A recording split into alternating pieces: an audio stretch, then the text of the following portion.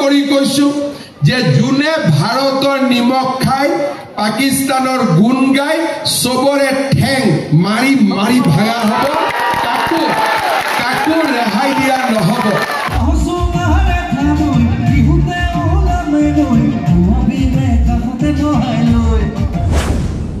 শুৱালকুছি পঞ্চায়তৰ নিৰ্বাচনী সভাত মুখ্যমন্ত্ৰী ডক্টৰ হিমন্ত বিশ্ব শৰ্মা অসমত থাকি অসমৰ বায়ু পানী খাই পাকিস্তানৰ সপক্ষে কথা কোৱা লোকক কোনো কাৰণত ৰেহাই দিয়া নহ'ব। কংগ্ৰেছ চৰকাৰৰ আঁচনি আছিল ধুতি লুঙি আঁঠুৱা কম্বল। বিজেপিৰ অৰুণোদয় নিযুত মাইনা আদি মানুহৰ প্ৰয়োজন অনুযায়ী আঁচনি লোৱা হয়। অসমত এতিয়া ঢোলপেপা গগনাৰ মাতত ৰাতিপুৱাই বন্দুক বাৰুদ গুলীৰ শব্দ নহয়।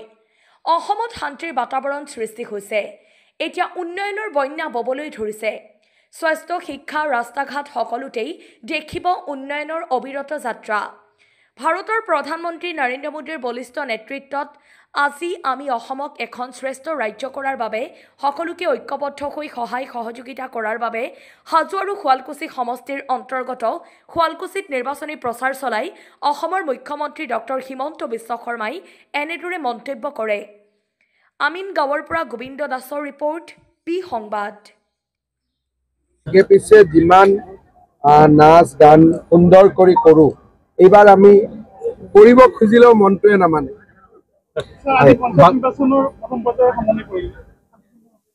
ভালকৈ হৈ গৈছে। মই কিমান পাৰ্চেণ্ট ভোটিং হৈছে খবৰ লোৱা নাই, গুৱাহাটীত গৈ খবৰ ল'ম, কিন্তু ক'তো কোনো গণ্ডগোলৰ খবৰ নাই। সুন্দৰভাৱে শান্তিপূৰ্ণভাৱে হৈ গৈছে। নলবাৰীত গৰু কলা প্ৰদৰ্শন কৰিছে।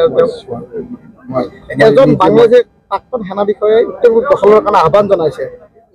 বাংলাদেশে যিয়ে আহ্বান নিদিয়ক কিয়, বাংলাদেশৰ হাততো কোনো শক্তি নাই। এইবিলাক এনেই মিডিয়াত অলপ নিজৰ নামটো প্ৰচাৰ কৰাৰ কাৰণে মানুহে কয়, কিন্তু ভাৰতৰ লগত বাংলাদেশৰ তুলনাও নহয় আৰু এনেকুৱা সম্ভৱো নহয়।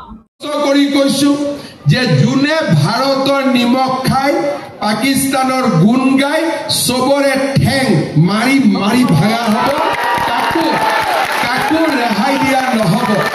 আমি ভাৰতৰ নিমখ খাই পাকিস্তানৰ গুণগান গোৱা মানুহক আমি হজম নকৰোঁ। তেওঁলোকক আমি যি কৰিব লাগে আইনৰ ভিতৰত থাকি আমি তেওঁলোকক যি কৰিব লাগে আমি কৰিম, যাতে কোনেও ভৱিষ্যতে অসমত পাকিস্তান জিন্দাবাদ দিয়াৰ আগতে 100 বাৰ চিন্তা কৰি ল'ব লাগে। ৰাইজ, অহা দিনকেইটা আমাৰ বাবে প্ৰত্যাহ্বানৰ দিন হ'ব আৰু সেই সকলোকে ভাৰত মাতৃৰ হৈ ভগৱানৰ ওচৰত প্ৰাৰ্থনা কৰিবলৈ অনুৰোধ কৰিম। এইবাৰ আমাৰ শুৱালকুছি জিলা পৰিষদত 19 গৰাকী প্ৰাৰ্থীয়ে আবেদন বিচাৰিলে। যেতিয়া কোনেও নামানে, চবে উঠে, তেতিয়া মই ক'লো যে চবক বাদ দে, মণ্ডলৰ প্ৰেচিডেণ্ট যোন আছে তাকে দি দিয়ে। তেওঁ নিজে টিকেট খোজা নাছিলে, মই বাহিৰত আছিলো। মই ক'লো মানে নে নামানে, বোলে কোনেও নামানে, চবেই কয় উঠিম।